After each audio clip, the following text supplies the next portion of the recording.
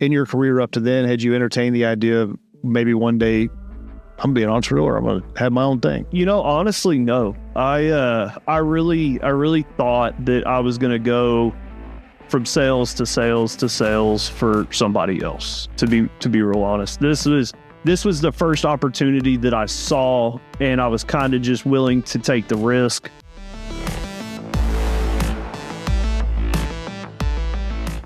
Street Smart Podcast, back at the new and improved Upright Digital Studios today, talking with Britton Siegert. And Britton and I got connected. I guess he's an Aggie, and because of that, he and producer Lauren, I guess they send smoke signals or something back and forth.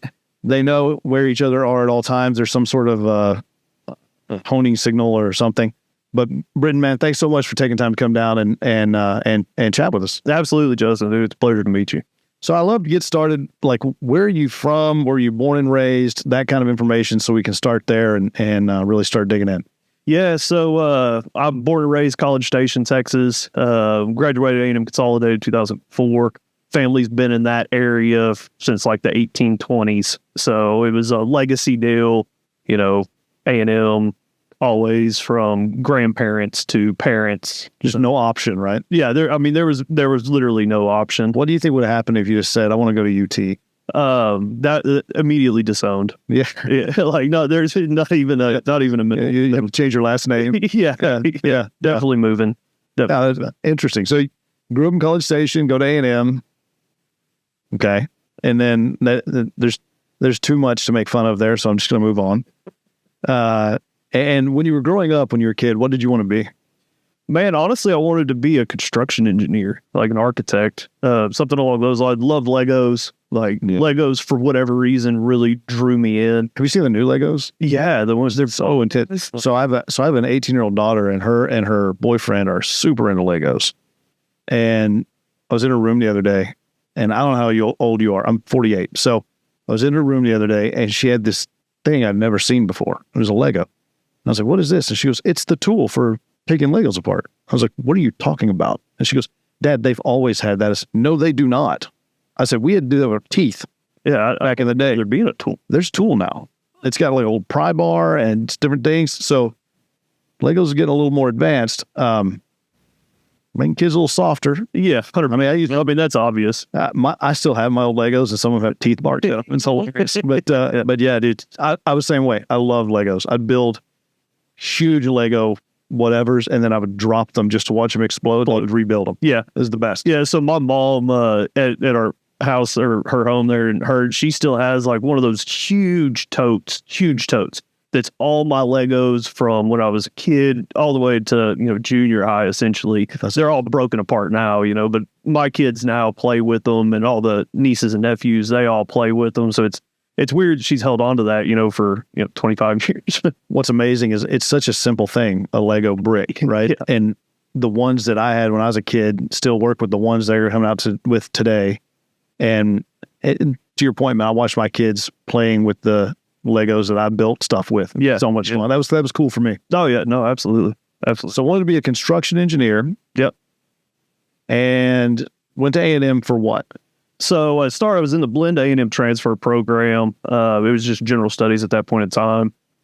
Kind of got being from College Station and going to school at College Station, knowing all the bar owners. My brother is 6 years older than me. So, pretty much by the time I was 15, I was really 21. Sure. So It kind of made things a little more difficult for me to... or easy, depends on what... You're easy, yes. Subject matter you're talking about. Yeah, absolutely. So got into that second year at A&M and really kind of screwed that up. Wasn't going to class, wasn't studying, didn't think about it, and decided, this isn't for me. Like, I'm just going to go to work.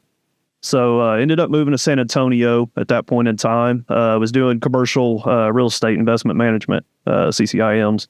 There in San Antonio. So that would have been roughly 2006 to 2008-ish. And then, of course, we had the real estate collapse. Yeah. Oh, yeah. And that, right there was just kind of like, okay, well, now what do? You're making decent money to, oh, no, how am I going to pay? At that point, are you married or? No, I was single.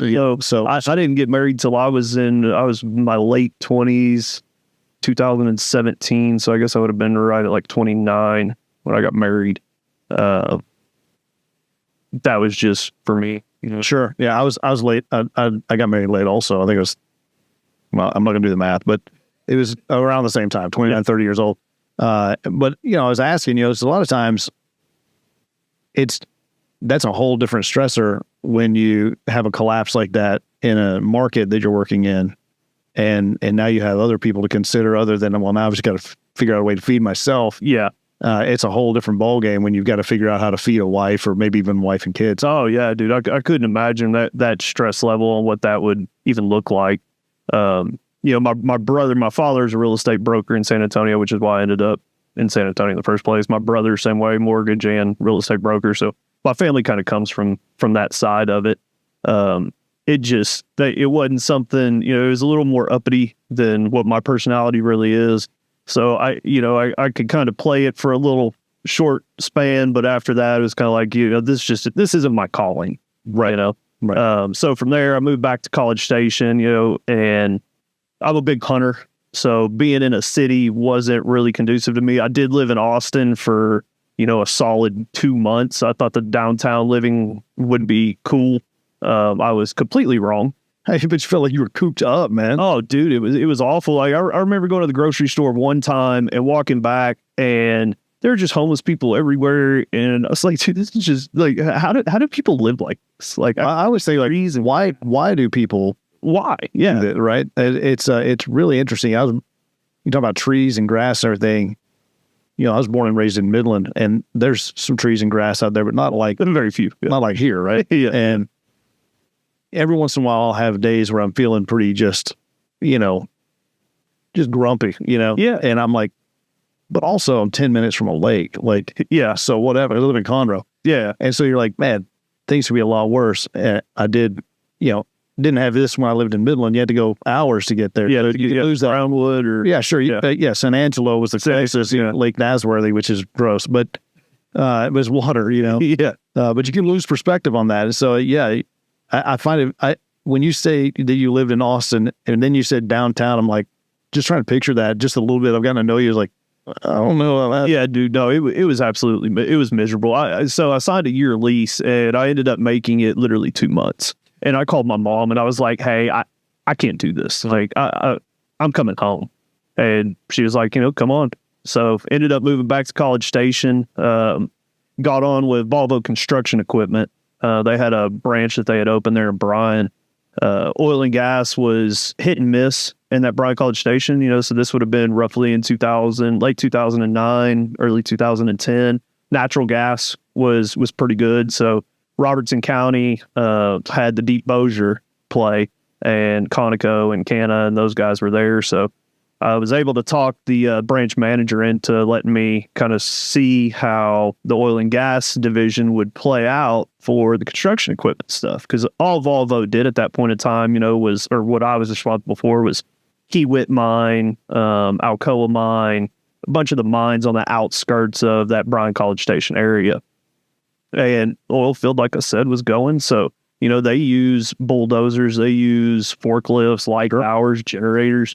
You got to build locations. Got to build locations, yeah, and you got to power the locations. Sure. And so they ended up saying, okay, well, we'll see what you can do with it. So I started, getting out there and shaking the trees just to see what would fall out of it. I ended up joining one of the local API chapters. Met some really cool dudes from Bronco at that point in time, and they ended up offering me a sales position at Bronco, which they did like flowback and hydraulic chokes and frac stacks and things like that.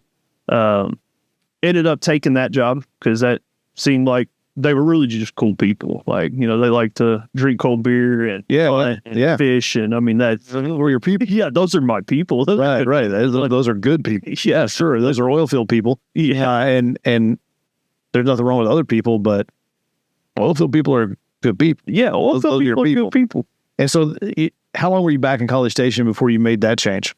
So I went to Bronco roughly in 2012, so about 2 years. Okay. It was about a 2-year transition. And that's really where I started getting my feet wet with true oil field, if that's what you call it, so to speak. So Bronco, absolutely loved it. I was very lucky to work. My district manager's dad was the general manager of Bronco, which Bronco's an RPC, Rollins Patterson Cudd subsidiary. Okay. So it kind of opened the doors to some other avenues that I could take. And for whatever it is, even since I was a kid, I love the construction. So I love the big equipment. Saw my first frac fleet come in. And doesn't get much bigger in terms of equipment. Yeah, no. And this is the days that, the Barnett Shell was hitting off really, really well. You were getting $14,000-$15,000 a day for a pump. It was the glory days, Sure. if you will, for the guys that got in early. But I saw that first fleet running into town, and it was a frac tech fleet, actually, because they had a yard there in Hearn. And I saw them in line, and there were 25 pumps, blender, hydration unit. It was back in the days when everybody Probably all shiny and pretty. yeah. I mean, just awesome. You had your field soup. Kind of leading the convoy. It's like, oh yeah, this is awesome. That's what I want to do. Sure. So, hard to argue with that. no, like we like big iron. Pretty cool. Yeah. Drilling rigs are cool and all, but Right. but they just sit there. But look at these things. Yeah, look at these. They're so loud. Yes, loud. Look at all these moving parts. Right. That's right. Yeah. You get to wear a cool headset. Yeah, Like, get headset. I mean, come on. Yeah, it's the camaraderie. Like, Sure. Yeah. No, they're. love that part of it. Oh, for sure. And that exists in the oil and gas industry in different sectors, but those frac crews, man, those guys are family by the end. Oh, 100%. 100%. So ended up leaving from Bronco, or was asked to leave from Bronco, might be a better way to put it, through that youth. I believe they say it's a mutual decision. Mutual, we'll call it a mutual decision. General parlance. And they like to frame it in. So ended up getting on with a local company there called RSI's, Refinery Specialties. They had frac fleet, small mom and pop type of feel as far as what I was concerned. So I worked directly for one of the owners, is Thomas Calden. Good dude, taught me a lot, brought me on, started teaching me more about hydraulic fracturing, what that even means, what it looks like, what we're actually trying to accomplish. And then I start learning about acidizing and downhole remediation work, production enhancement jobs, different production chemicals doing different things. It just really kind of opened a book up for me that I did not know before. Yeah, just a whole other side to things that you didn't even know existed. Yeah. And I think about that now, and like talking to other people outside of the oil and gas industry, and it shocks me how little they do know about what it is that we actually do. Sure. Yeah. And as an industry, I think it's important.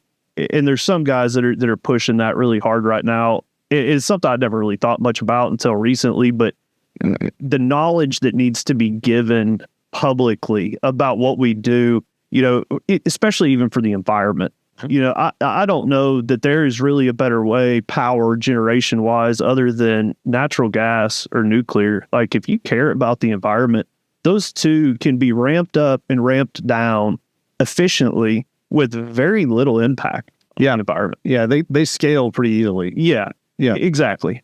Not to get off topic. But no, that is on topic, actually. And a lot of that stuff is, to your point, just like your eyes were opened up to a whole different side of or sector of that business, and you'd been in that business for a little bit. You're exactly right. The general public, I'm shocked to what you said. I'm shocked at how little they know about the industry, but I'm also shocked at how little they understand about how many things are manufactured with hydrocarbons. Yeah. And if you truly did away with them, how drastically your life would change. Yeah. For the worse. Like, you're receding in progress to do that. It's shocking to me. I mean, I just think it's gasoline. Yeah. Generally. 100%. And it's not. It's only about 50% that. Yeah. So it's shocking. And I've said this on multiple, but it's a convenient political football for them to throw in there whenever they want, Yeah. Well, it's the same thing as like, oh, you're a racist. Yeah, like, absolutely. Anything you don't like, oh, you're a racist. Well, yeah, it's a showstopper. Yeah. Yeah. When you're like, look at Trump, hold on just a second. Yeah. We won't get into the debate. It was the last, and it was awesome. That was a lot of fun to watch. It's shocking. But the most fun part about watching the debate was reading Twitter during the debate. Yeah. And I'm not a big go to Twitter guy unless there's some real current event stuff happening. Yeah. And that was worth it.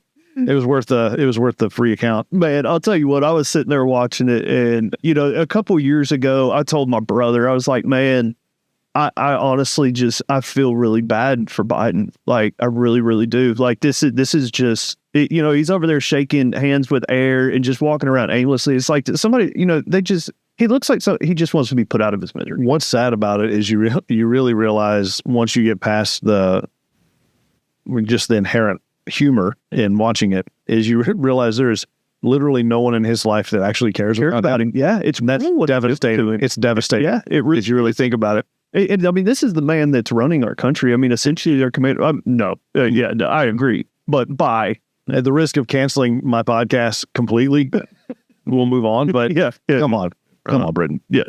But anyhow, so yeah, so you're open up to a whole other side of oil and gas sector, the acidizing, and, you know, really different techniques to enhance what's happening downhole. Right? Yeah, absolutely. And what fascinated you about that versus what you had already been working in?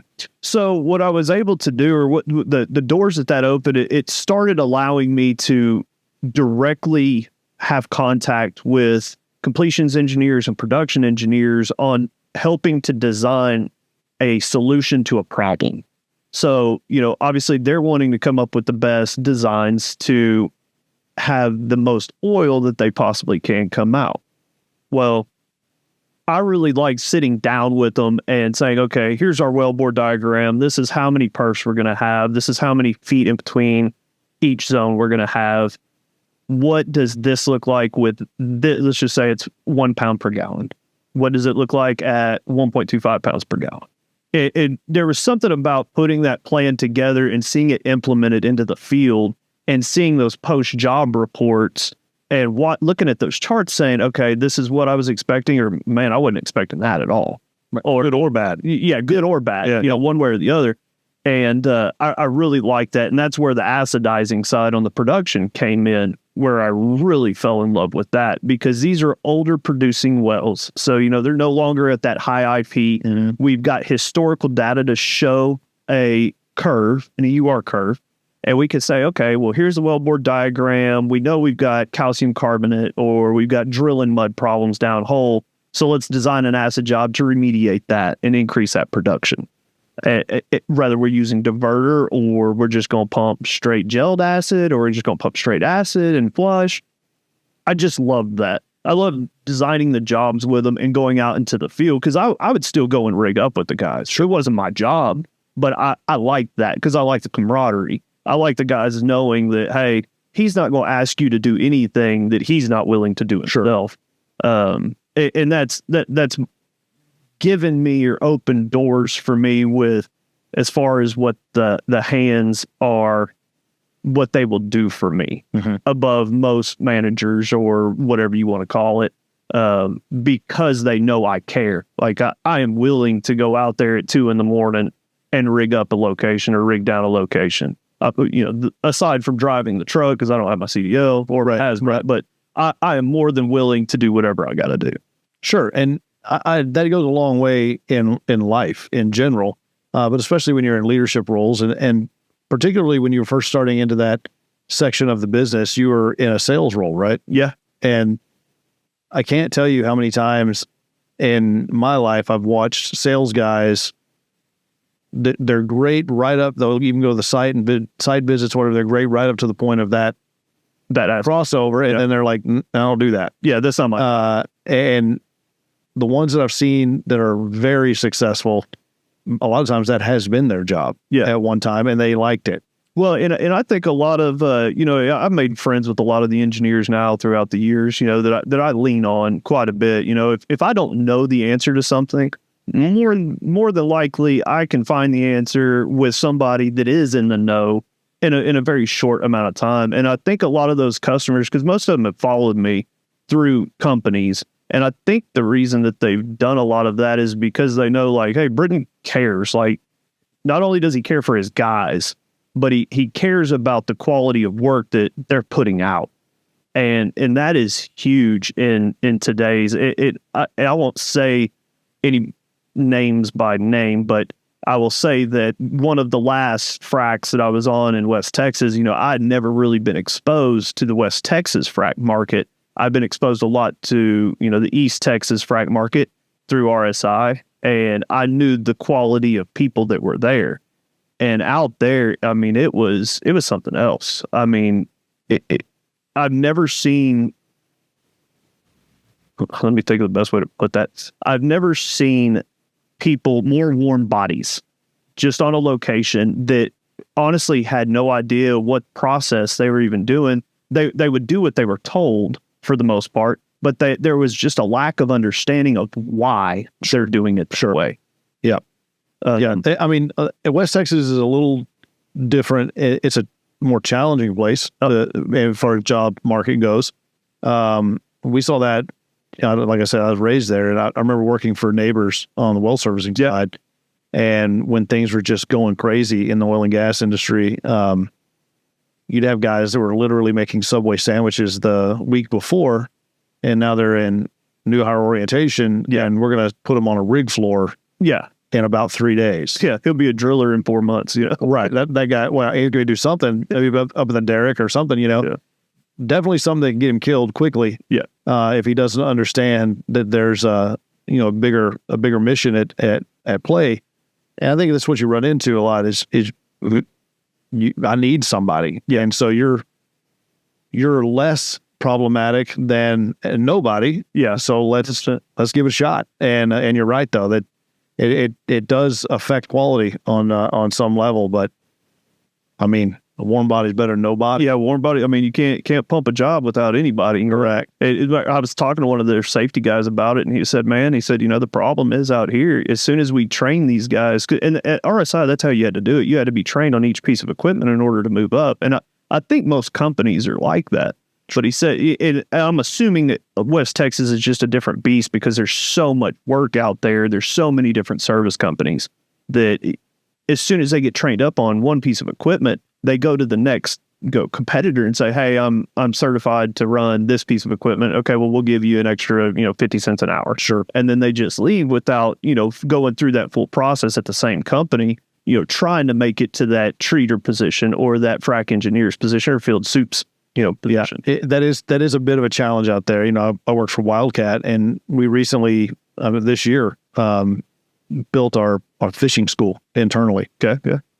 For downhole fishermen, and the reason we did that was because we were identifying people in our company that had the potential to do it, and we were like, man, that's great for us to be able to bring those people through that process.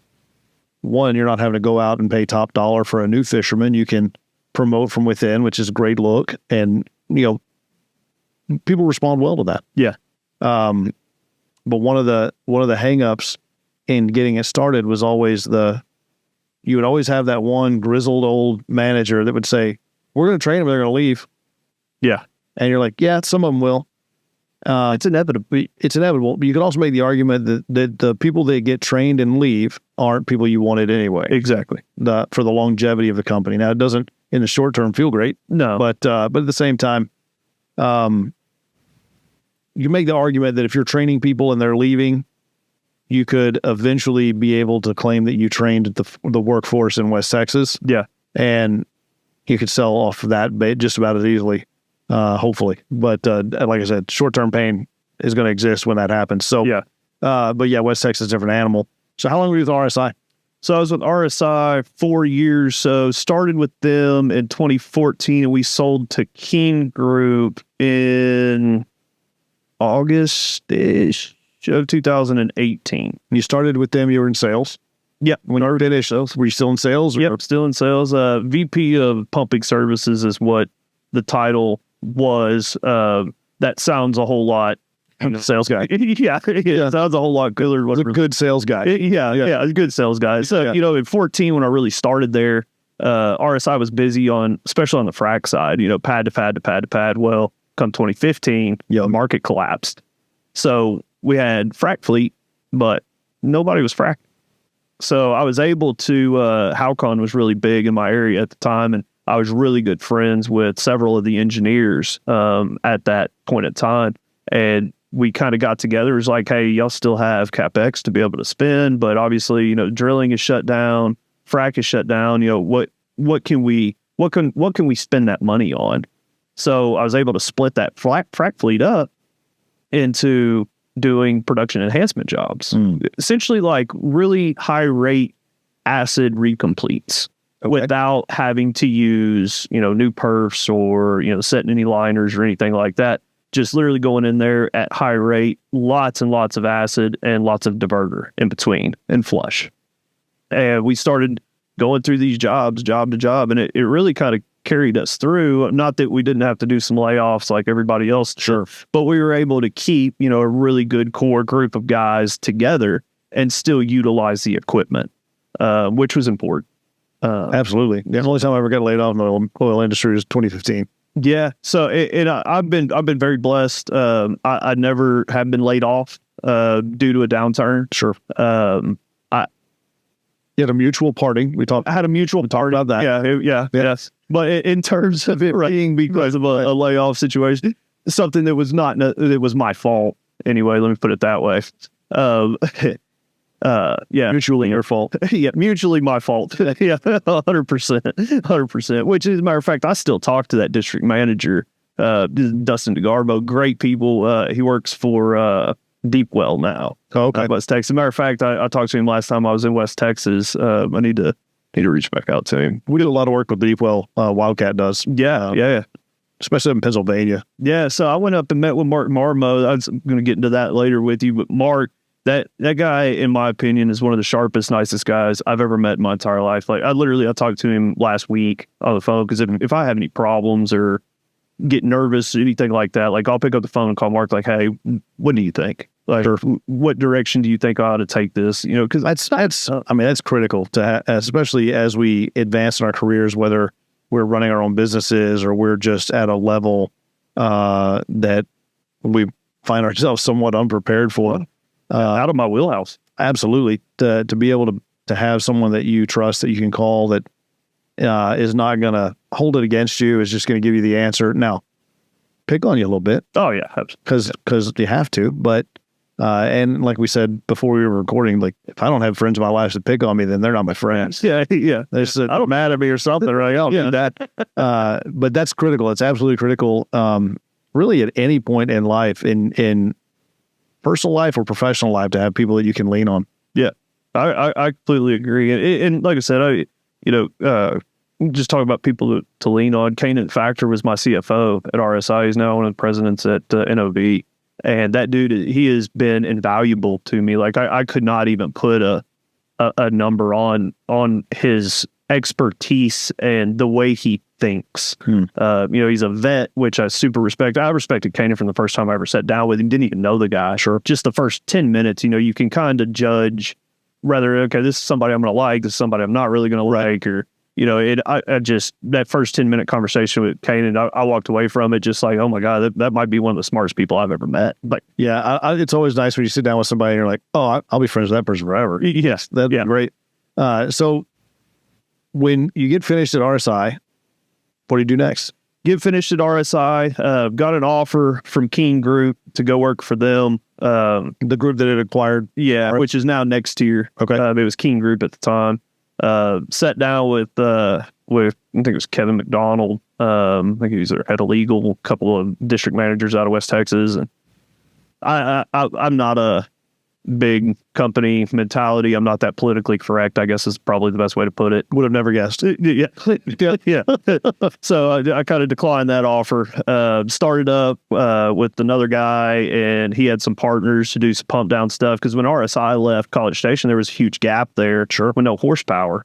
So we got that going. Now, when you say started up, were you a partner in that, or were you just kind of like, hey, this guy knows some people, let's bring him in to give you some equity?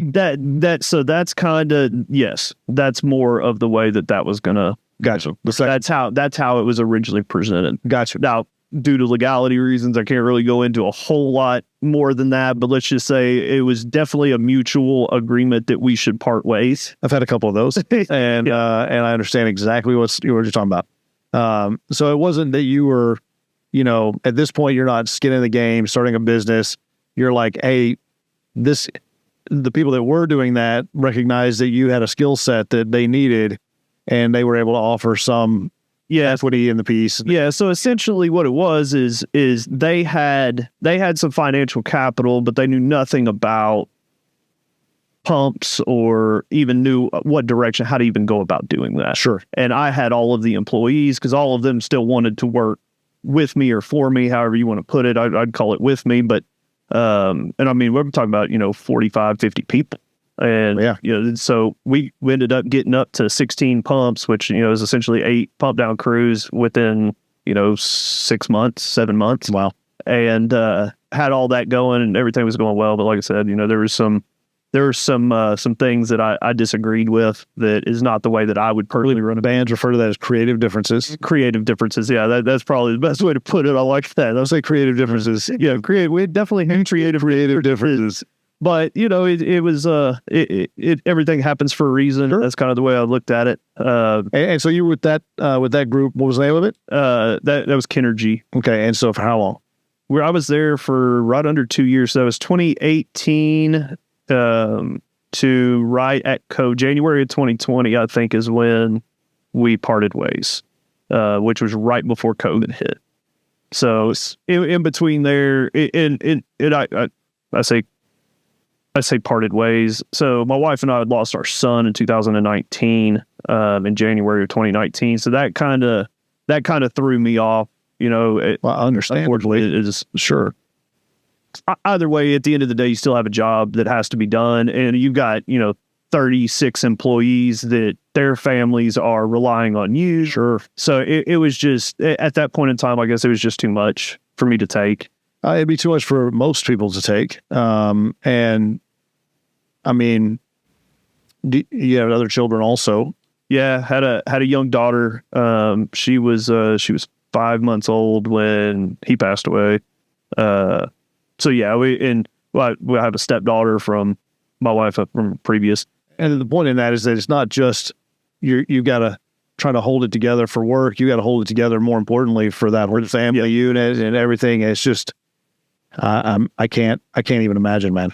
Yeah, it's unfortunate. It happens. That's one of those things that everybody. It's like, oh, that happens to other people. Like, sure, yeah, sure. It does sure happen to me. Like it was super unexpected. Literally went to bed one night, woke up next morning, and he just was dead. How old was he? He was 21 months old. Oh, wow. So the doctors had diagnosed him with croup and gave him a steroid inhaler. Yeah. And said, hey, just put him down for tonight. He'll be better. By morning, he'll be better. Well, kind of find out he had parainfluenza type B. And overnight, his lungs had just filled up in his sleep. He was dead. But, my wife and I, we kind of separated for a little bit after that. It was just very difficult. Oh, my gosh. Yeah. I mean, I can't, like I said, I can't imagine. I'm not even going to speak to it. I don't have the words. So yeah. But anyway, we ended up working everything out, and I just kind of told her, it's God's will. I'm a Christian, or not the best Christian by any means, but I'm also Christian, and anyone that has seen me out in public and thinks I'm not, I understand. Yeah, I get it. Yeah. So I just kind of told her, hey, let's get away, and that I always, as weird as it sounds, find God in like the country and out in wide open spaces. I mean, the wind or the trees or the grass or the water. That's, to me, that's what God is. He's everything. He's everywhere. So we kind of rekindled that whole deal, and for the better of our children and your marriage and our marriage. Yeah, absolutely. And you went to New Zealand for that. Yeah, I went to New Zealand for that. Yeah, that was a great trip. And you said, since we're going to grow together, I'm going to go hunting while we're in New Zealand. Yeah. So yeah, solid. Yeah, solid plan. Yeah, it was a win-win. There's few. Hey, I'm not mad at it. I'm trying to figure out how you pulled it off. Like, it's a lot of arguments, a lot of discussions. Yeah, let's put it that way. I'm going to church up your language a little bit. Yeah, you're gonna have mutual creative differences, discussions. Yeah, Yeah. So we're there. I'm going to walk away from here smarter, and I like that. We're working on it. We're working on it for sure. So, man, what a tough time. And, you get through all of that, and then you're like, okay, maybe see a light at the tunnel, and then COVID. Yeah. Then COVID. So COVID hit, left Kinergy at that point in time. So this was in January of 2020, which I think COVID really hit in like March timeframe. Yeah, January, we thought, man, this is going to be a great year. Yeah. Yeah. Everybody was pumped up. January, even we thought, I'm paying attention to that maybe, but yeah. March was when we were like, oh, okay, I guess we're not doing anything this year. Yeah. So went, I kind of decided I was going to take a little time off anyway. Didn't really intend on working. One of the companies that I was actually renting or leased to purchasing all those pumps at Kinergy from had reached out to me, and it kind of said, hey, would you be interested in a sales job over here? Help us out. And I was like thinking to myself, well, I mean, one, I've never really tried to do that, but two, I would be selling to my competitors for the last 12, 14 years. I don't know how that's going to responsive they're going to be. They may not want to take my call. Yeah. That is, so I pre-warned them about that, and they're like, it's okay. We'll work through that. Like, okay. And through that, that's another job that I took, that I'm so glad sitting where I am today that I did, because it opened my eyes from an operations side on the service industry to more of the back office on the production of building the equipment that we're using in the service industry. So, through a company was called WebTex, and through that, I'm dealing now with the builders that are building frac pumps. So I'm dealing with the engine guys directly, the transmission guys directly, controls, greasers, power ends, fluid ends, with the builders. And it kind of opened my eyes to, oh my goodness, like this is now I have a full, well-rounded view of how we go from conception to the field. Right. And what that process looks like in between. Not that I'm an expert at it by any means, but at least I have a little more. Well, you have a working knowledge. At least he's okay. And I understand if this isn't happening, why that might be the case. Yeah, exactly. So went through that with them. I was there for a little over a year, and I think they kind of realized, which at the start of it, I thought that maybe they were bringing me on because they had like 52 or 58 pumps at that point in time, and they were just leasing them out to different people or renting them out to different service companies.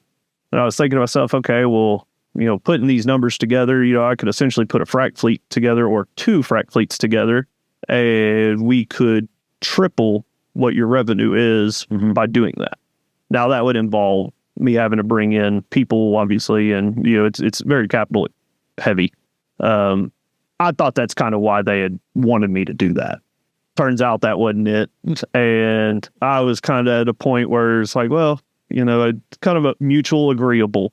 Yeah, maybe it's time for me to move on. Yeah, I mutually agree. I don't want to do this. Yeah, well, I wasn't necessary. I mean, those things, they lease themselves. I mean, service companies that are looking for something, they're on that looking. Yeah, they find it. That's right. Yeah, you don't have to seek them out. No, it does sell itself. Yeah, I need this. You have that. Let's do this. Yeah, let's get this done. Yeah, absolutely. And so once that happened, I'd already been in the process with my current partner. He's been a good friend of mine for the last 15 years, Andrew Hayes. He has a surface rental company, forklifts, light plants, generators, porta cans, things like that.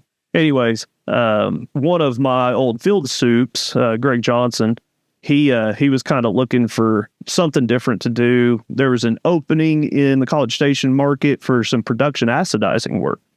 Wasn't really enough to justify doing like a full, huge blown organization, but it was certainly enough for a few dudes to get together, put some money down, get a piece of equipment, and kind of do it on the side. And also probably not enough work for a larger company to move equipment from another place there. No, it just sort of was there for the taking. Yeah, kind of just free money almost. Like, a little bit of work, but justifiable. Sure.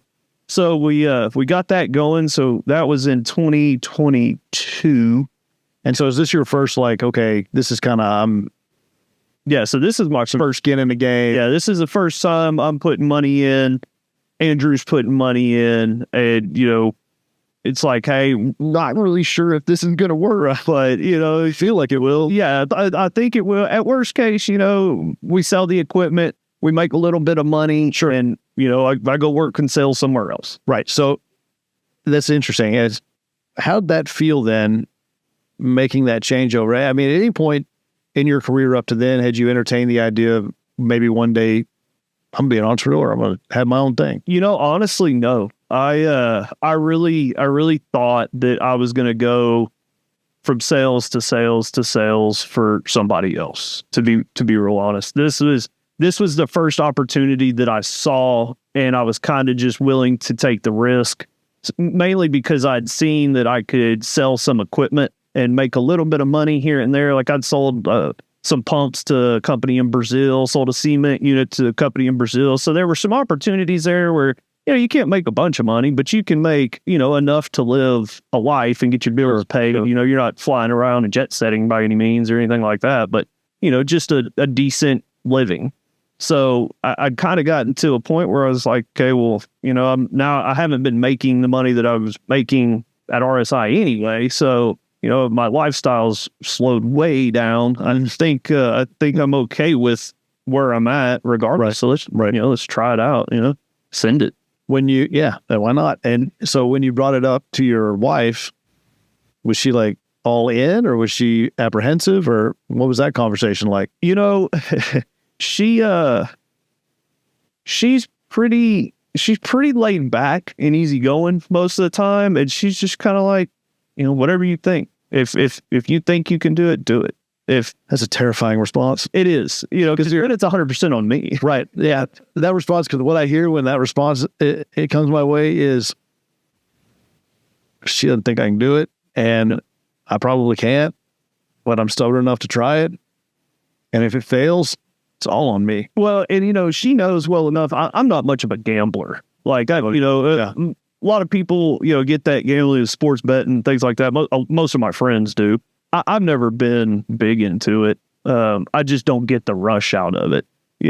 She said something the other day to me. She was like, if you had bigger balls, you'd gamble more. Well, I kind of wheeled over there and looked at her, and I could see in her head, the wheels were turning. I could see that in her head, those wheels were turning in her head. And she goes, well, wait a second.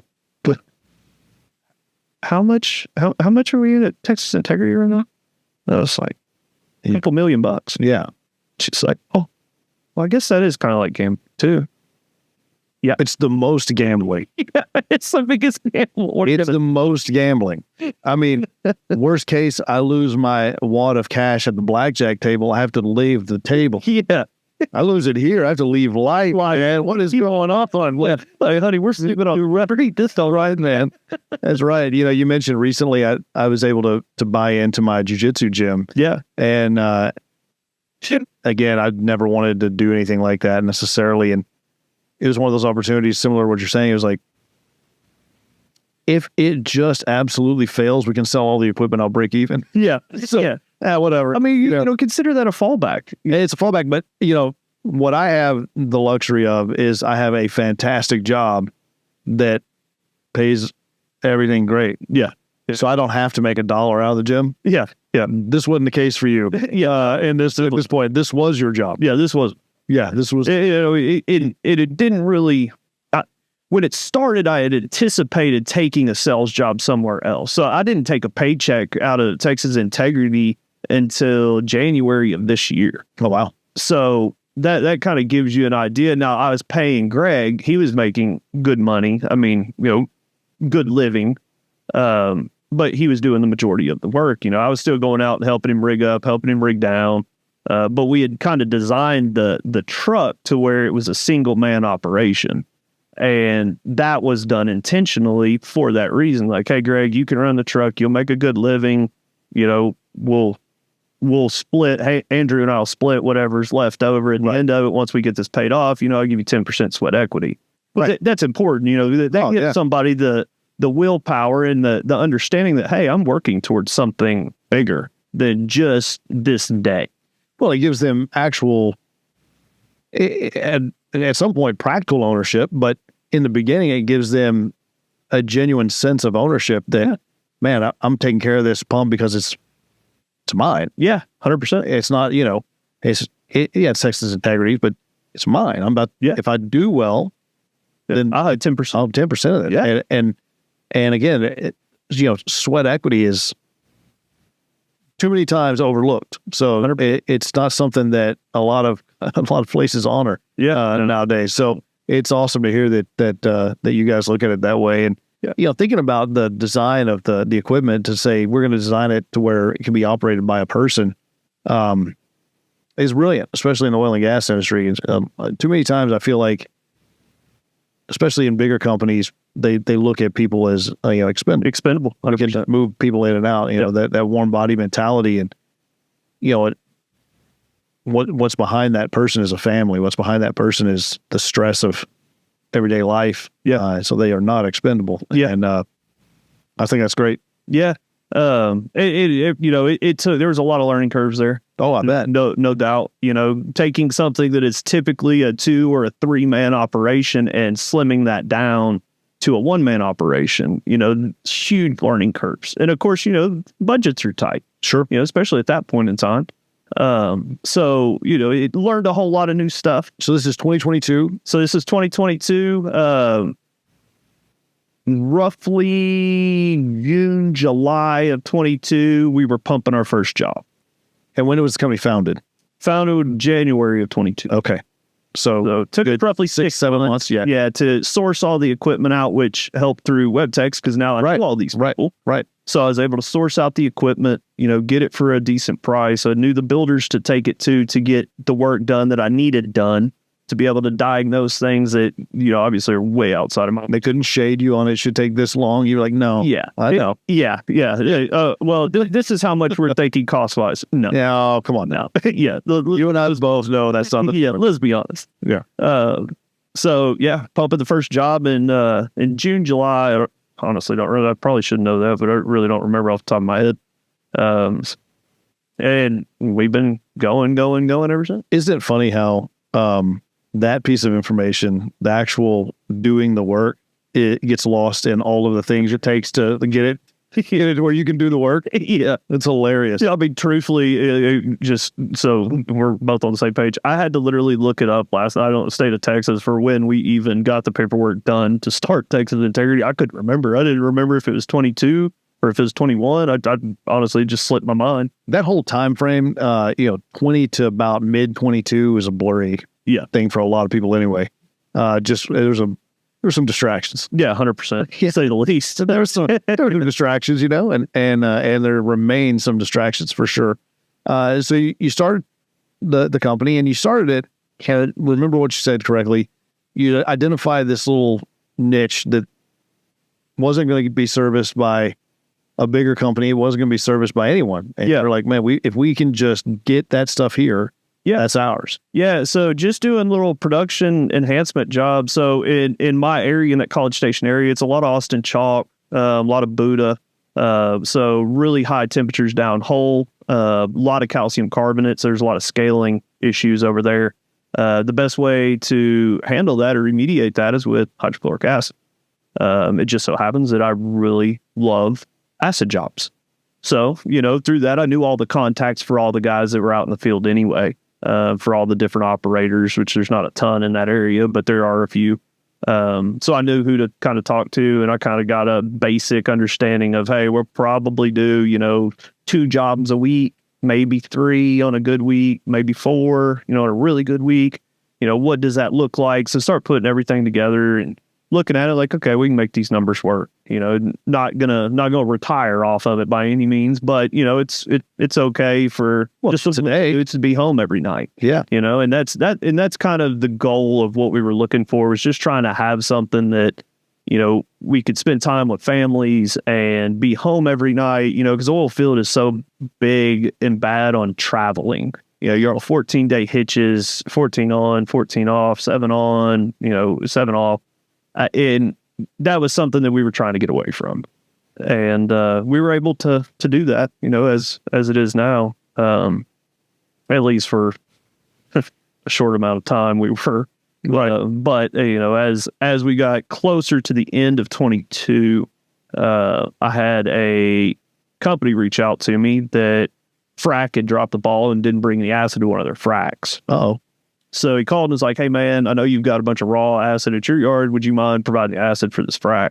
not And I was kind of like, "Man, yeah, I'll be happy to do it." So run out there and start taking loads and getting tanks done. And, Greg and I are kind of looking at each other. It's like, man, let's run up to the plumbing store. Let's get a bunch of Schedule 80 PVC and let's build a small manifold system so we can bring the totes back here with our acid transfer pump and we can roll each tank and we can roll it with chems. And we can one person can stand back here manually with all the valves and roll it. It's a one-man job.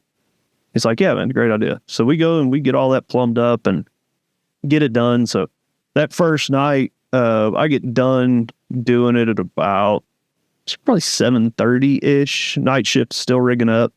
And I go in there and tell that treater, I'm like, "Hey, man, you got, 42,000 gallons done, 15% consistent all the way through the tanks." And he's like, "All right, man." I was like, "I'll be back tomorrow at some point." I knew they had a few hours left of rigging up. So I show back up the next day. And I look at the tank and I'm like, "Man, this crew is badass. Like, they must have put 4 or 5 stages in the ground, like over, right? It's probably about 15, 16 hours, which is phenomenal. I mean, doable. Sure, that's no problems. Like, that's efficiency. Yeah, that has to work right. Yeah, that's where, Everything has to work out. Yeah. Yeah, perfect. So I asked that chemical guy, I'm like, "Hey, what stage y'all on?" "Stage 2. Ooh, I was like, I said, "What?" "Okay." Well, this doesn't add up. I said, "Dude, this is 15% in these tanks." And he's like, I don't know. Like, okay. So I go in there and I talk to the consultant. I'm like, "Hey, they pulled double what they should have out of the tanks." And that engineer that's sitting there, the frac engineer, he wheels around and he's like, "No, that's those tanks are 8%. And I said, "No, they're not." He said, "No, we pulled it on a hydrometer." And more than likely, I probably would have given up if it wouldn't have been me personally that received the loads and wrote the numbers. Right. I probably would have said, "Okay, my hand must have made a mistake." Yeah, I doubt that, but must. Right. I said, But at this point, you knew that. yeah, I knew the pulled numbers. So I told him, I was like, "No, dude, it's not." I said, it might be, it's probably 16 and a quarter because I run it a little hot on the acid side. So he goes, "No." And I was like, "Put that hydrometer back in there. Like, I want to see this." Mm-hmm. So they go out there and they pull another sample and bring it back in there. And he drops that hydrometer in it and looking at it. And I'm looking at the SG and I'm like, "Okay, that is." I go to grab it and pull it up and I can see what's dripping off of it. And I'm like, "That's not acid." So I grab a hold of it, smell it. It kind of grinned and laughed to myself and hand it back to him and told him, I said, "Smell that." He smelled it. So, "What's it smell like to you?" "FR." I said, That's FR in that jar." Somehow through the night, they'd had some problems with their FR, and they had either back flushed FR into the acid tanks or they had dumped buckets of it into the acid tanks. Well, it threw the hydrometer. So diluted it. Yeah.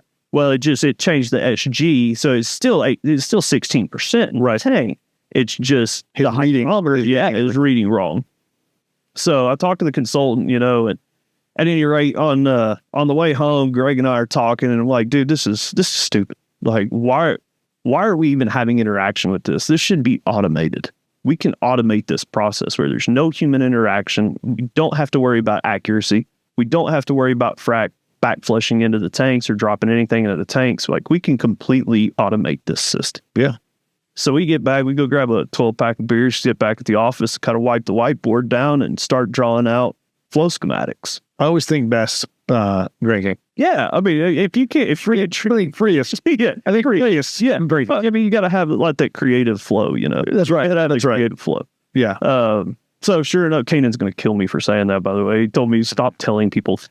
Hey, man, it's your story. Yeah, 100%. Yeah, you're either going to be honest or you're going to, We're going to sugarcoat it. We already said that we may not look Christian out in public. Yeah, we already said that. Yeah, so we're on about I am, but hey, don't act like it. and work, whatever. So yeah, so this was in sort of been in November of 22 when we started with the schematics. By January of 23, I have sourced out all of the parts that I think that I need to be able to make this work. I've made all my phone calls to the different builders and the different controls companies and the different manufacturers of flow meters and done all my research, right? sure. And one of my mentors mentioned, he's like, well, before you even go down this road, like, you probably need to check on a patent situation to see if you're not infringing on something. It's a fair point. It's like, I didn't never even cross my mind. It's like, you know what? That's a good idea. I generally live under the assumption that if I come up with something very cool, someone probably already came up with that. 100%. Well, this is so great stuff. Yeah. Yeah, this is something that, once it all started coming to play, like, why has nobody done this? Like, why is this? So truly no one had done it. No, not at all. So we did a patent search, and Big Red, Halliburton, they had one that was similar to it that was done back in like 2012 or something, but they never built it. So talk to the patent attorney, we get our process flow stuff all done, and he gets all the paperwork submitted, and we hear back from the patent office, unconditional full approval for the patent. Nice. Like, okay, now we're off to the races. So this is in April-ish, I guess we start. So we have a couple of patents at Wildcat, and you'd be surprised how much weight that carries when you go to somebody and go, I have a thing. Yeah. And the patent department said it's a novel thing. Yeah. That's great, man. Dude, I was pumped. Congrats. Like, I never in a million years would have thought my name will be on a patent. Like, I mean, I don't have one of those. That's awesome. Yeah, I'm going to frame mine. You should. Well, you can get them like decorative ones done. We have them like these cool like brushed metal with the patent document on it. Yeah. Hanging in our offices. Yeah, absolutely. You ought to do that. I'm going to get with you. You should do that. Yeah, I got you. Yeah. So that's, April-ish time frame. Fast forward now up to November, and we're on test stand. So now, concept November 22, testing November 23. Yep. So 1 year. About a year. Okay. Yep. Took us about a year to get everything done. So here we are. We're testing. Day one, I'm nervous as all get out. The controls company had flown one of their gurus in from Germany. I call him Hans. His real name's Mike, but I call him Hans just because you have to. Yeah, because you have to. And he's a super, super nice guy. He's hilarious. He's your customer, right? He's your customer? No, he's a vendor. Okay, yeah. He's like the programmer that's helping me with the controls. I'm his customer. That's what I meant. Oh, yeah. So that's why he's nice to you. Yeah. That's why he lets you call him. Yeah, probably so. Yeah. Which, I mean, when he did come to College Station, I had to take him to the chicken, because that's a... Oh, of course you do. Yeah. I don't think he'd ever been in a place like that. I'm sixth generation Texan. I've never been in a place like, and I've been there. So it's a... So we get started on the testing, and we're there for ever, it seems like. And, we're pulling samples, we're taking strap sticks before we even start running acid through it. We're taking strap sticks just to confirm, like, hey, flow meters are reading correctly based on what we're getting output wise. So we'd have two different transports, one water, one what would be acid, right? Just to confirm everything. And we get through that second day ish. And I mean, we're at 3% variance. And I am stoked. I mean, I'm running around. Oh my God, this is working, and everybody like, yes, this thing works. Like we didn't just waste a bunch of money, right? Because that was the other side of it. It was pretty much self-funded for the most part. So I mean, that's roll them dice on that table. I mean, pretty big balls. Am I gonna lie? Pretty big balls drag the ground. You know what I'm saying? Well, maybe stay off gravel. For sure, I'd stay off gravel. Yeah.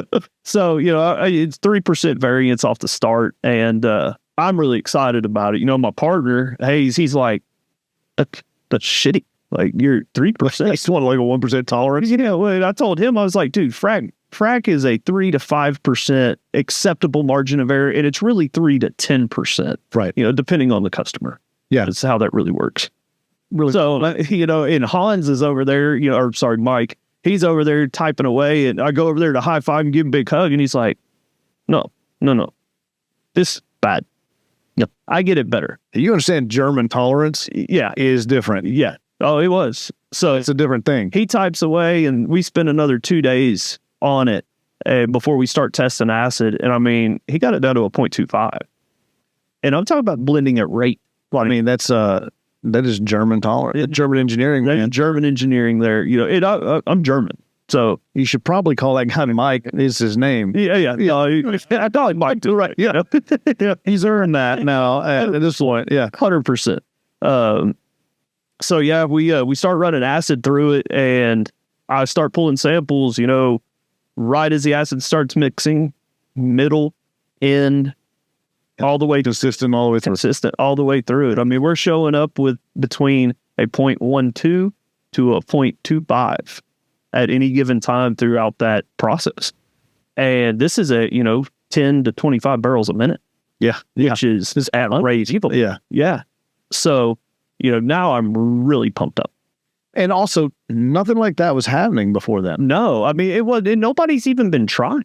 That's the one thing that I didn't understand. I've been sitting out on locations before that when they're blowing loads of acid off, we'd have to shut frac down because the wind would be blowing the wrong direction. And those acid vapors from the blow off, you can't breathe. Right. I mean, if you're sweating, it just stings your pores. I mean, it's not unbearable by any means, but it is irritating. You're aware of what it is. Oh, yeah. I don't want that on me. Yeah, you know that something's not right. Right. Like, That's right.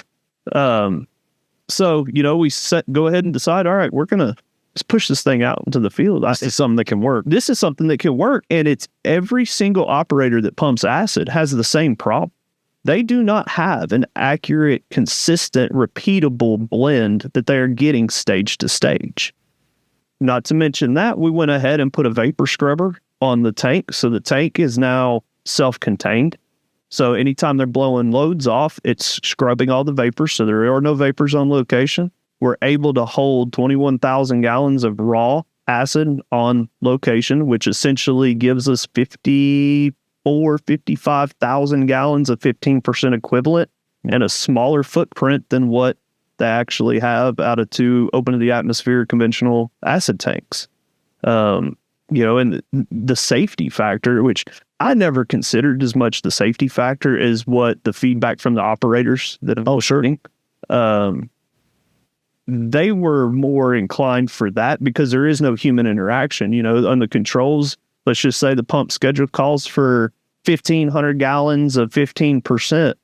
I've got it set so where you go in there and you type in 1,500 gallons, 15% is the requested concentration, and then we run our calculation for flush volume. So whatever the unit plus however many discharge hoses that we have to put out, we calculate that volume and put that flush in. So no matter what, if anybody has to break a hose down, there is no acid in the line. The unit flushes itself automatically. And Are you able to adjust the rate? so it's Or once it's set, it's set. no. So the rate is the rate is done based on a specific discharge pressure. Okay. So the unit automatically will either increase its pump speed or decrease its pump speed to try and maintain Based on 65 pressure. PSI. Yeah. Okay. So we designed it to where you plug it directly into the back of a pump. We don't want the pump to cavitate, obviously. And we come from the field. Like, we're field guys. Yeah. So we're able to know, okay, we need to have 55 or we need to have 65 PSI in order to maintain boost consistently to keep this pump from cavitating. So it doesn't matter if they run it all the way up to 25 barrels a minute and start backing it off. As soon as that unit sees that discharge pressure start to increase, she starts to slow her pump speeds down. It regulates itself. Yeah. I got you. Yeah. That's great. Yeah. We call it's adaptive flow technology is kind of what we've dubbed it. The guru. Long as we're creating words. Yeah. Yeah. That's a good one. IntelliSid with adaptive flow technology. Yeah. It's outstanding. That sounds like something out of Despicable Me or something. To be real honest with you. But anyway, well, that's great, man. And so you're bringing this new technology, this new thing, and we all know how receptive the oil industry is to new stuff. Yeah. They're always excited to try new things. Yeah. You would think. Yeah, they're not. Yeah. How did you break down that door, that barrier to entry, and say, no, trust me, this works. Trust me, this is going to make your life better, safer, all of those things. Safety is a great way to do it. Like we're going to reduce footprint. We're going to reduce the amount of, acid and stuff that's on location at a given time. Those things, that's one way. Yep. It's not the only way. No. And it's definitely not the best way. How did you get through that barrier and get actually out on location to prove it? Yeah, so I'll tell you, even while we were in design and concept phase of that, I probably personally sent out 2,000 messages, mainly on LinkedIn, some emails, a lot of, the guys, obviously the engineers that I knew personally, I was able to gain feedback, but I was trying to see, is there really a market for this? Like, I'm about to spend a bunch of money. Is it? I don't have. Well, they're not handing patents out. Yeah. It's not a cheap product. Yeah, it's not a cheap thing to do. Just trying to gain some feedback. And I would say on those beginning days of that, or beginning months of that, out of 300, I would get one response. So that's not good odds. No, but it's a response. It is. And I don't, looking back on it now, I don't know if a lot of those people are like me on LinkedIn, where if somebody sends me a message, like I'll look at it because I don't like the little blue thing or the little red one. Like I hate that. I just figured out the other day how to mark all red. It makes me happy. How do you do that? Well, I'll show you. Okay. But you can. There's a way. I just had an anniversary, a job anniversary in June. It was 6 years with Wildcat, and my thing just loaded up. Yeah. And I'm like, it's all well-meaning, but I don't want it there. Yeah. We'll talk. I got you. We'll get. But at any rate, so yeah, about every 300, I would get one response, and all the responses that I was getting was positive. But at this point, obviously, I didn't have a working model. It was just a concept. It was a thought. I knew about where we were going to end up, but I didn't know for sure, obviously, because I don't have one sitting on the ground. Well, and at concept phase, 3% sounded like an absolutely great tolerance. Oh, yeah. And you got it way better than that. So. Yeah, way better. Yeah. So, I was very lucky. One of the first people that I did reach out to was one of the majors out of South Texas that a lot of people look at. I'm not real sure on what their rules are, whether I can even say their name, so I'm not going to. Actually, I'll go ahead and say it. If we have to, we'll cut it. Yeah. But it was EOG. Okay. And a lot of people look to them. No, we can't. So a lot of people look to them anyway for their technology because they're constantly trying to innovate things, with evolution and, some other steps that they've taken. Started with them, got it out there on the first job. So this was in December of 23. Going to EOG, first job. Man, that timeline for a brand new thing is so fast. So concept November 22, testing November 23. Hey, let's try it for real December 23 with somebody whose safety department cares and right. You say what? And they're. I mean, if it doesn't go well, they're going to make sure the industry knows that didn't go well. Didn't go well. Right. Correct. 100% correct. And keep in mind, nobody ever has stored raw hydrochloric acid on location in the first place. And now we're storing 20,000 gallons of it. Sure. Yeah. Why not? No containment. Just, hey man, just send it. It's not.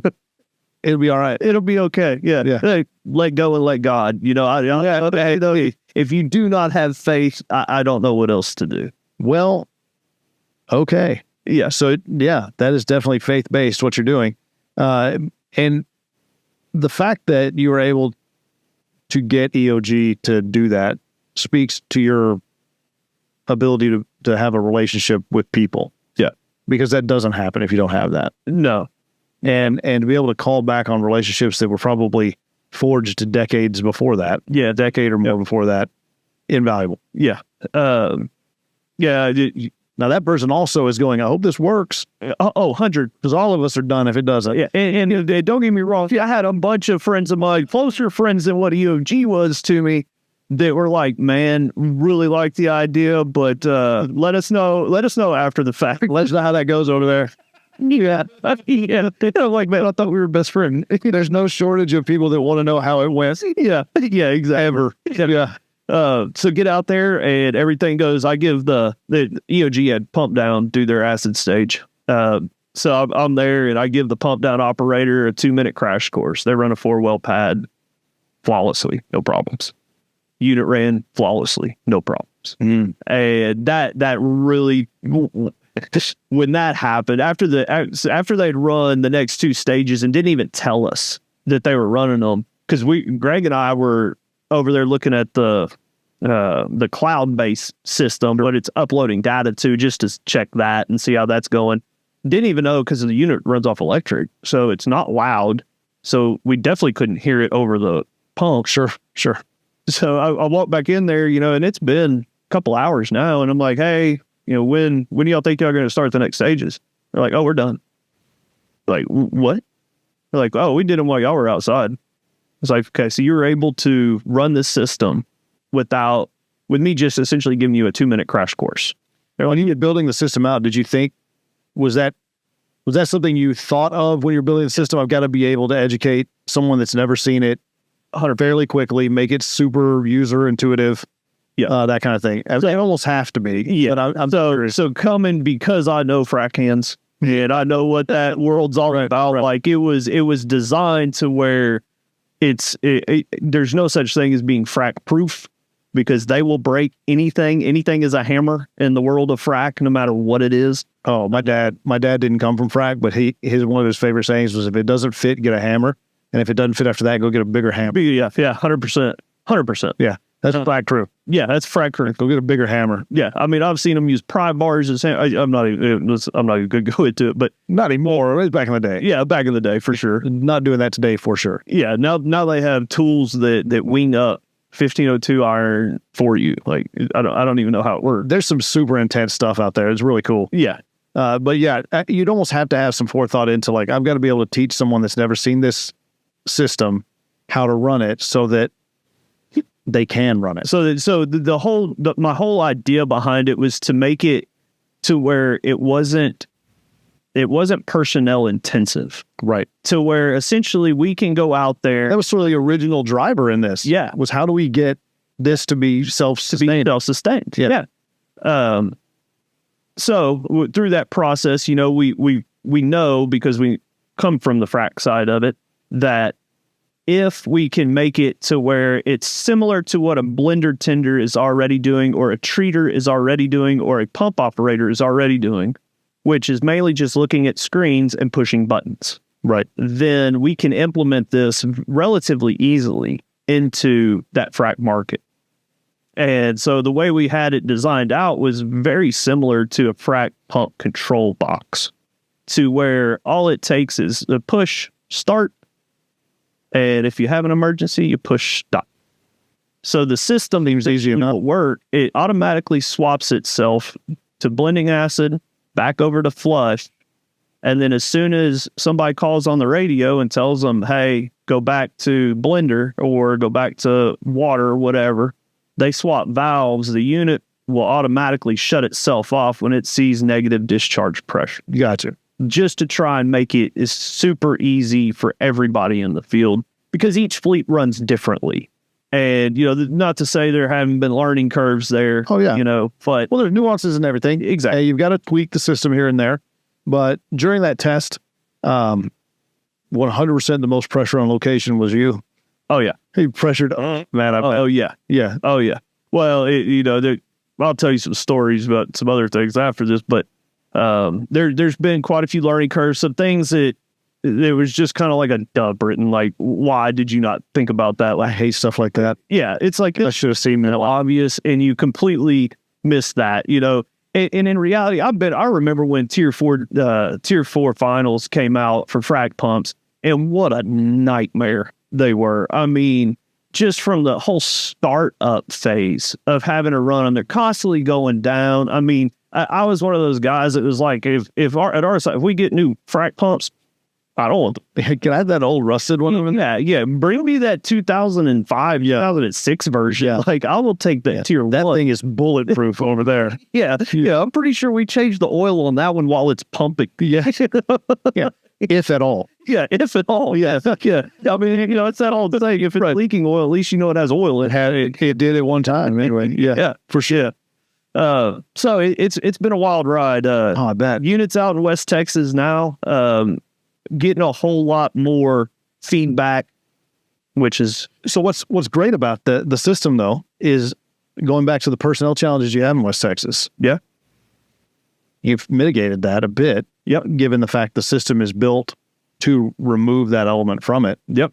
I mean, obviously, you still have to have some people to serve. Yeah, I mean, we had those rig it up, ring it down, move it. Sure. Monitor as far as receive the loads so we can confirm the accuracy of the unit. This I've done really well during this recording because you've said load a lot, and I'm very mature. And you've also said blowing loads more than once, and I didn't even smile when you said that. And I'm extremely proud of myself. And Laura's probably proud of me too if she's still awake back there. But it is a strong performance on my end, and I'm just recognizing myself for that. Yeah. And I want to think. I think it would have been funnier if you'd have just thrown that out there because I love that. You just say it. I was like, he's flowing right now. I can't get him. I'm not going to interrupt him right now. Oh, I love it. That's what she said. Oh, that's what she said is best. That's one of the greatest lines ever. Man, that's awesome. So December 23.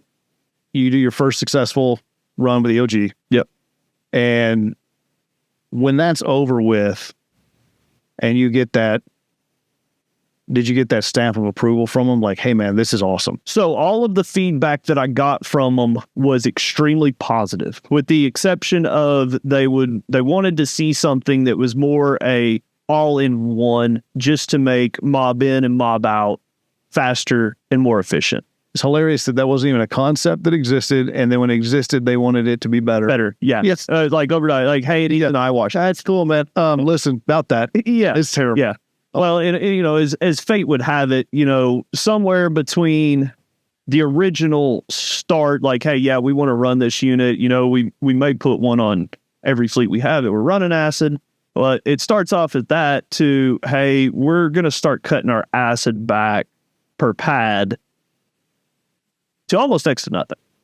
Oh, wow. Yeah. So at that point in time, wasn't really charging for the unit a daily rate. I was just charging for the acid. Yeah. So, now all of a sudden I'm getting a gut punch and have no backup plan because I hadn't looked anywhere else at that point in time yet. Right. Once they said, okay, yeah, we're going to go ahead and move forward. That is always one of the most challenging things for a startup. And I don't think it's unique to oil and gas, but it seems to be a bit exaggerated oil and gas because generally the way a service company starts in oil and gas is someone knows a customer that needs something. Yeah. And then when it's proven out, that customer needs all of it that you can get. Yep. And then you're stuck with all your eggs in one basket. I had my dad a couple times. I watched him have to be like, so we're going to have to punt and figure this out. Yep. That's a terrifying place to be. Oh, dude, when I read that email, Yeah. I mean, I'm sure. How many times did you read it to make sure? Yeah, I read this. I missed something. Yeah, that did not say that. This can't be right. Right. You're right. And it took me a couple of days before I'd even tell my partner. Like, I didn't even want to hear what he was going to say. Just pretend like that didn't exist. Yeah. So, there were about 2 months there that I was just like, I'm not gaining any additional interest like I was thinking that it would. Like from other customers? Yeah, from other customers. I got it. Like even the people that I reached out to, we talked about safety being a big thing that everybody. It's a great way to get your foot in the door. Yeah, you would think. You would think. But these guys, they're like, yeah, that's a lot safer than the way we're doing it, but we don't want to do a truck. Yeah, but also we haven't hurt anybody. We're good. Yeah. Yeah. Right. Well, and that goes back to, my time spending in the field. I know what really happens out there, Of course. and a lot of that doesn't get communicated even to the consultant. And when it does, it certainly doesn't get communicated up to the engineers. Was going back to like EOG, obviously they were pleased enough with it. They wanted to continue using the system, just scale the acid back. Yeah. Because the system's free. Yeah. You weren't even charged for that. No. Were they at least allowing you to use their name, image, and likeness or whatever to say, we have these successful tests with a major and they're extremely pleased with it. They love the system. Were they allowing you to use them to sort of show success. So the fun at that level that they would do for me is the field superintendent and the engineer would push the word to their counterparts in the different divisions and the different areas that they have used the system and it worked. I've never understood that. I don't either. I've been in service industry my entire life. I spent a little bit of time in the EMP side for a small company in Fort Worth. All of our stuff was down in Madisonville. That's when I got laid off because they had... Huh? Was it Silver Road? It was Energy and Exploration Partners. ENEXP. Yeah, I did a bunch of acid jobs for him. So like Hank Hall and those guys? Doug Hogan. Yeah, Hank's the best, dude. You call him Oilfield Jesus, him and Jim Langford. Now, Jim Langford will send me a text message, and I will not open that in front of anyone else until I've curated that message first, man. Langford is a savage human being, but I love that man. Yeah, he's one of the best dudes. But yeah, so my only experience was in that with EMP was on that side, so all service side. Man, I've never ever understood why they are reluctant to. I guess maybe they feel like they're endorsing a product if they do that, but all you're saying is, "Hey, we tried this and it worked." Yeah, when I talked to the superintendent about it, because his guys were the ones that really had the most hands-on, they were the ones providing the most feedback because they were with the unit. Sure. They just kind of told him like, hey, can you help me now? Because you're the only person that I can actually say 100% you've used it on a pad. It didn't leak. We didn't have any NPT time. We didn't have any failures. It was accurate, both backed up with the electric side and by hand straps, because we wanted to confirm, obviously. Sure, yeah. Can you help me out? And the engineer and the field superintendent were both like, well, we're willing to say yes to counterparts of ours, but we don't want you to use our direct names. You know what's funny about that? Flip side of it is, if it didn't work, they would 100% be out negatively endorse that product. 100%. Isn't that funny? That's not unique to oil and gas. No, it's not. It's not. And maybe I feel like it's exaggerated in oil and gas because I'm in oil and gas. But yeah, you're right. The only people that leave reviews are people that are mad. Yeah.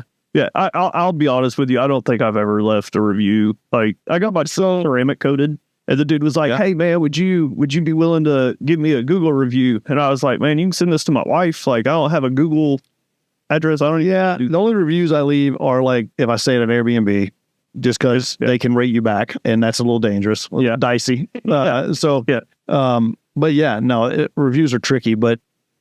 Yeah, I've never understood that. Like, hey, man, we're all sort of doing the same stuff. Yeah. If it's successful for you, why are you being like? And I guess on some level, it's a competitor. Who knows? I don't. I'm just guessing at this point. It's dumb to me. Yeah. I mean, it doesn't make sense. But eventually, I'm guessing you got some traction. Yeah. So, been very lucky. Company out of West Texas. They're a private, and they go pad to pad to pad to pad to pad. He's an Aggie. He's a mechanical engineer by trade. So, and this was just a random happening. I just happened to send him a cold call email, essentially, that had a PDF, PowerPoint of the system, how it works, the benefits of it.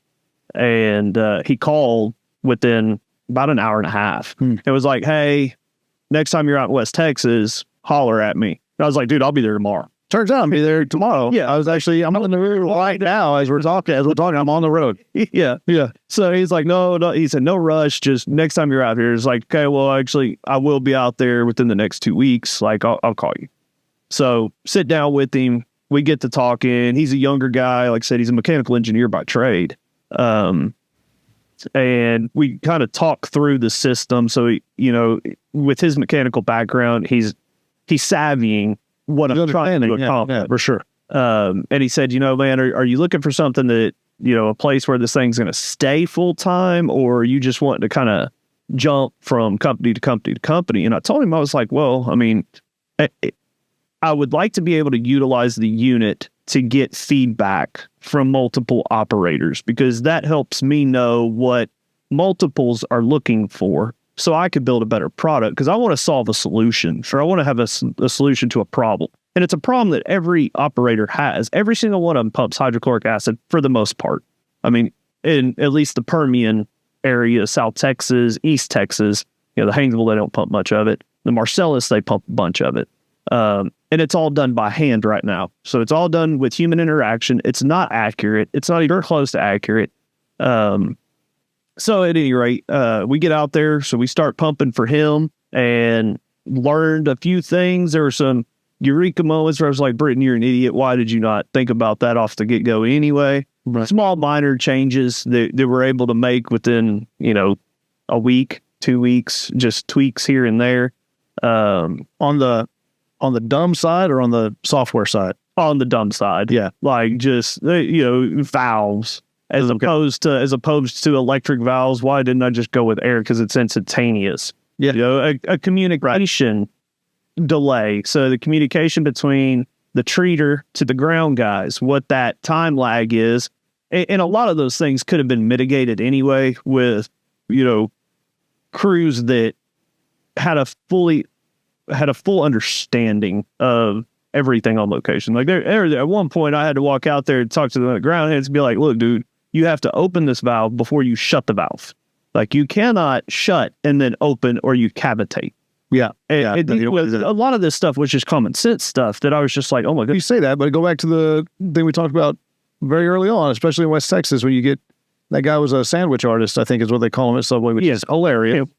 But that guy was a sandwich artist last week. A barista? A barista. Sandrista? I don't know why that's not a word. Your word creation is phenomenal. It's outstanding. I'm not going to lie. I can't remember what you said the other stuff was from Despicable Me, but that, along with Sandrista, I will never, I don't eat Subway now, but I'll never go into another Subway and not refer to that person as Sandrista ever again. Well, as long as I'm leaving a lasting impression, I mean, that's the most important. Well, all the 15 people that watch this are going to know that word. But yeah, so going back to it, it was small things like that. Yeah. Like, and a lot of that was just my fault because where I came from at RSI, like everybody out there had an understanding of what we were doing. I mean, these guys were hands. Yeah. That actually carries weight. I saw something on LinkedIn the other day. It was like, oh, you shouldn't refer to people as hands. Like if I call somebody a hand, that means that is a compliment. How useful is a hand? I'm telling you. You do it without it? I'm nothing I want to do. Yeah. I mean, most things you want to do with it are better though. Well, it's a good thing to be called. We'll just go from there because it can get real gross real fast. And we all are talking about loads and whatnot, and we're not doing that. Yeah, no. But no, being called a hand is a thing, man. I'm tired of that's one thing I do get frustrated about is this whole trying to reinvent language around, that somehow is offensive. Man, people say I'm trying to make a hand for a reason. Like that means something. Yeah, it does in this industry for sure. 100%. And so I know exactly what you mean when you say those guys are hands. Yeah, those guys. When you say that, that's a term of endearment. I mean, that person not only knows his job, he knows the other guy's job, and can do both of them as good as the other, and knows the whole reason we're there, the system inside and out, and they are true professionals at what they're doing. 100%. Yeah, 100%. Yeah. To be honest with you, the first time anybody ever called me a hand, it's the greatest honor. Because I was a sales guy. Yeah. So they were like, "You're a hand." It's like, dude, high five. Rare. I will buy sales guy is referred to as a hand. Yeah. Yeah. You're all hard hat stickers. Yeah. I'm getting you the most. And they're going to be matte finished because those are the best ones. Yeah. Yeah, absolutely. Yeah. Absolutely. Yeah. So that's awesome, man. But yeah, those things though, those can be worked out. Yeah. And they're simple things. And it's so funny how most of the time that's what I miss when I'm trying to design something that's complex is just that little oh man, that's a better idea. For whatever reason, my brain was stuck on this and it didn't allow me to see that. Yeah.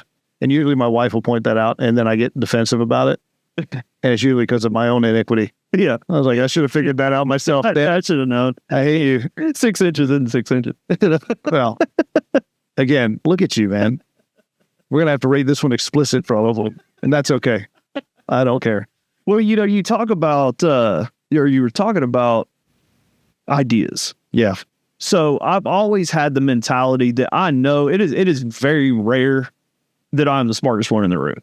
Like maybe when I'm with my I five. know there's a whole saying about that, right? What's If that? you're the smartest one in the room, you're in the wrong room. Yeah, that may be true. So it means you're in the right room Well, at all times. just with my daughter, so I guess that's where I want to be. Yeah. Absolutely. So, but yeah, no, ideas. Well, and I know that I have strengths that I bring to the table, and I try and surround myself with guys that have opposing strengths to where we can build a team that we can all pitch ideas and say, this is what I think, this is how I'd like to do it. What do you think? Okay, well, that's good, but if we changed it and, went like this instead, okay, yes, that is a better idea. And then have the third guy, hey, really this rig up looks right, but it would be more efficient if we could flip-flop this by 45 degrees or 90 degrees. Okay, yes, absolutely. Like, I've always had the managerial side of it to where I am not your boss. Like, we are a team. We're all out to accomplish the same goal. Right. How we get there, I'm not a micromanager. Like, if I tell somebody this is what I want, I don't care how we get there. Like, you do it however you want to. Right. As long as we get to the same end goal. And if you have a better way or a quicker way of doing it, hey, high five. Yeah, I'm just going to get in your way. I don't want to be in anybody's way, Yeah, no, and in my experience, that's generally how people work best. They want to be given enough liberty to figure it out. Yeah. And when there are roadblocks or whatever, the best managers that I've had, they function in a capacity of, here's what I need done. I need it done by here. If you have a problem, let me know, and I'll try to remove that problem for you. Other than that, it's on you. Go. Yeah, 100%. And man, just to try to function, to make those guys to achieve that was the ultimate objective in whatever I was doing. So now you've got this guy out in West Texas. He's helping you out. He's got you in the field. Things are going well. Yeah, things are going great. Making tweaks here and there. Yeah. And so now what? Now what do you do? Man, so cashing checks and breaking neck. Well, just it's all about a cash flow. I mean, everything we're doing is all cash flow. We've got more interest has started hitting as kind of as the word has gone out and kind of circulating.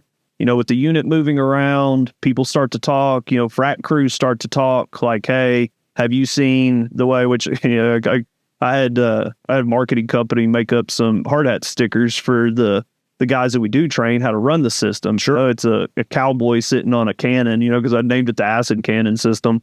So he's sitting on a cannon with a cowboy hat, with a robe that says acid cannon certified. It's a great sticker, man. Yeah, dude, I got one for you. Don't worry. Outstanding. I brought one from the gym for you, so we'll trade stickers. Yeah, I love stickers. Yeah, stickers are great.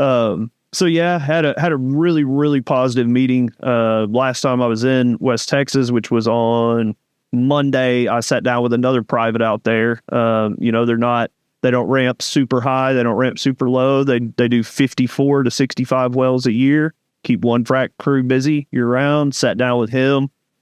He really understands what I'm trying to do and the problem I'm trying to solve. Mm-hmm. So he kind of brought it up to me, which is usually in my sales pitch, if you want to say, but he kind of brought it up to me first. And he was like, this system, because it's adaptable. So if we get into a tight zone, let's just say pump schedule calls for 10%, and we get into a tight area, we have the ability now to increase our concentration to 12.5 without having to bring out a separate transport. Right. And, let's just say we want to do 12.5, 1,000 gallons. That doesn't work. Okay, let's bump it up to 15%, 500 gallons. And then, hey, we get back to a not so tight spot. We can go back down to 10% and try it there. Go to 7.5, try it there. But the ability to adjust on the fly is huge. It's huge. I mean, it changes the game. When they adjust on, I don't mean to interrupt, but when they adjust on the fly like that, are you still able to maintain that super tight tolerance that Hans put in place? Yeah. So it works off of the system works off of just the flow meter. So it has the formulas regardless. So it knows exactly where it needs to be at every single second to be able to get that consistent rate through the entire volume. So changing your concentration doesn't matter where you're at. It may extend that volume if it knows how you pumped 1,000 gallons of 10%. Now you're asking for another 1,000 of 12.5, but we're not done with, the original 10. We're going to have to finish that up. So the system, I would imagine it's also reporting a tremendous amount of data. Yeah. Yep. Which was important. Absolutely it is. So what, and you may not be looking at this, and if you aren't, just don't cut it out, but I think I would be interested to know, are you taking that data and are you using like any type of big data computing or AI to look at it and say, we're seeing these patterns based on these types of well conditions. That way, when you go to the customer, you can say right away, here's your schedule, here's your program. We feel like we'll work in this. Obviously, you can scale it up or down, in real time, like you were just talking about. But having a true like big data analytics platform that can present that information ahead in the planning process. Yeah. So, and that's kind of where I was going with this last meeting I had. The engineer had identified the problem that I was solving, not just from a safety aspect of it, but the fact that we can now take pre-historical data from pre-treatments to having an accurate blend stage by stage by stage by stage on a post-treatment side and eliminate that acid stage as a potential variable. We use the acid stage because of bench tests. Mm-hmm. So we know what the dissolution rate is for limestone or, whatever that is down the line. But those are done on phenomenal, perfect lab conditions. Yeah. And it's just not a reality downhole. There's always fluids. There's other organic matter. There's all kinds of stuff downhole that nobody, can see from surface. So being able to say, hey, this stage or this entire well bore was consistently pumped at 15%. And we have this as a treatment report to show that.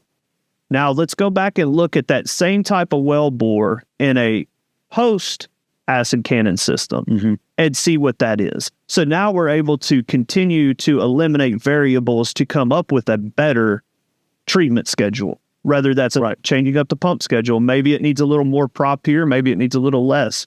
The possibilities there, and I don't even know the extent of it yet. Well, but the fact that they're starting to savvy that is good. I don't think anyone understands. I mean, just what you're thinking, you can say like, let's say I'm operator 1 and I have all this information. Well, just on the other side of the fence, operator 2, those well conditions are going to be very similar. Yeah. You could go to operator 2 and say, hey, we already have a program based on knowledge from just across the way. Yeah. Yeah. Just on offset wells. So, I mean, more data is never a bad thing. Yeah, no, I agree with you. And really, I thought, the Exxons, the XTOs, the Shells, the Chevrons, I thought those guys... they're the same thing, right? XTO and Exxon, right? Yeah, well, one's a conventional one. I just didn't know if you'd heard. They have two different placements. Anyway, those guys, really care about the data. They spend a lot of time and a lot of money and really employee heavy. Yeah. I thought that they would jump on that a lot sooner than what they have. Now I'm in talks with Oxy. They're supposed to send out a well site representative to come look at the unit in the field while it's working because we're not far from them in Southeast New Mexico now. So we're getting all of that planned up and things are starting to move forward a little bit faster now than what I was really expecting. I had no anticipation or no understanding of bringing a new technology to market. What should I expect or where should I be? And that, we were talking about Mark Marmo. And I asked Mark, like, hey, I don't know, am I behind? Am I ahead of schedule? Like, what timeline should I even be considering in my head? Mm-hmm. Hey, Mark was like 10 years. Oh, and I'm like, oh, no, well, we're ahead then. No, Mark, like, that's not what I want to do. I wonder if sometimes those majors, like you talked about, because they do have so much data, it's less critical to them to pull that data. And the independent, I mean, that guy's spending his dollars in a lot of ways. Yeah. And that data is critical. Yep. 100%. Yeah, I think that probably plays into that quite a bit. Yeah. Well, and I think a lot of it, too, is the understanding that there's now a better way, because they preach safety. Sure. Okay, well, if you really care about safety, then I've got you on that. Yeah, right. If data is what you're after, I've got you on that. Right. If accuracy is what you're after, I've got you on that. If cost savings is what you're after, I've got you. Because essentially now that I've decommoditized that commodity, as it was before, once that acid's blended, you can either pump it or you have to dispose of it. Right. Since everything that I'm doing is in raw form, anything that's left over can get moved to the next pad, so you're not getting billed essentially for You have no waste. Yeah, there's no waste. Exactly. Which cuts down, and if ESG is your goal, okay, well, I've got that. I'm eliminating as much congestion on location. So It's just going to take time. Yeah. I mean, and I'm not a patient person, so I struggle with that. So when you say 10 years, I guess it's 10 years. I trust he knows what he's saying because of who he is. Yeah. But also I'm like, 10 years ago, I mean, there's a word for that. That's so many years they created a word for it. decades. Yeah. So, well, man, it's exciting. It's been a lot of fun to kind of hear the evolution of your story as well as, the product that you guys have. And so where can people find information about Texas Integrity, and what's the best place to go to learn about this technology? Because really what it is. Yeah. So you can find us on LinkedIn, Texas Integrity Acid Solutions, LLC. We've got a decent website up right now, www.texasintegrityacid.com. Check us out. My phone number's on there. You can reach out to me directly on LinkedIn or email, either way. Yeah, that'd be the easiest way. That's awesome. Well, Britton, it's been great getting to meet you, and even though you're an Aggie, but honestly, man, it's been a lot of fun to hear your story. I just appreciate you being part of the show. Absolutely, Justin. I appreciate you, man. If there's anything I do, let me know. Yeah, will do. All right, thanks. Thanks. Bye.